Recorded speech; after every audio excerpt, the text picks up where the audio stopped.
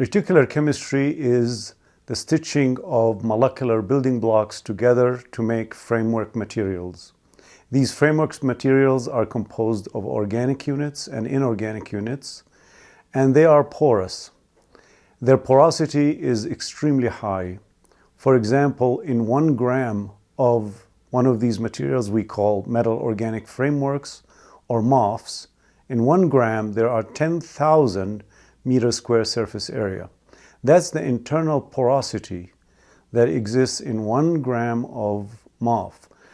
And therefore, within these pores, one can trap gases such as hydrogen for automobile fueling, carbon dioxide to prevent carbon dioxide from reaching the atmosphere in power plants, and most recently, water harvesting.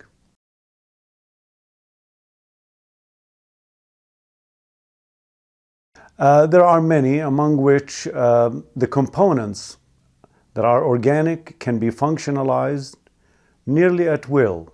Almost any organic reactions can be carried out on the organic components of these materials, and also the inorganic component, which is a metal-containing component, can also be varied among many different metals, all the way from calcium to iron to zinc to manganese, titanium, and other metals. The other advantage is that these building units are stitched together by strong bonds. And that's really what's new here in reticular chemistry, is that the frameworks are robust and therefore they have permanent porosity. Gases and molecules can move in and out of the pores without the entire structure or without the structure collapsing. This is really the important part of the development of this chemistry. Another important component of the chemistry is the fact that they are crystalline, which means that they can be characterized with great definitiveness on the atomic and molecular level.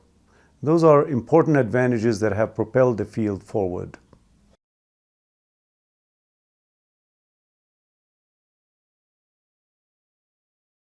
You know, it's a magnificent field. It's a dream come true to be able to put building units of various geometries together and make an entirely new family of materials, both metal organic but also completely organic materials, is really a dream come true. So we are almost like kids in a candy shop, trying to figure out which frameworks we can make for a particular application.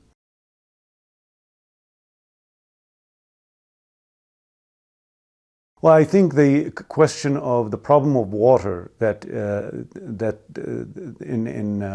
in the world that affects a lot of 1/3 of the world population is an important application for MOFs. And recently we have found that one can trap water from the atmosphere, especially from desert, arid regions of the world. I think this is an important application. I think it has the potential of watering dry regions of the world and also purifying water where water might be available but not it might be contaminated.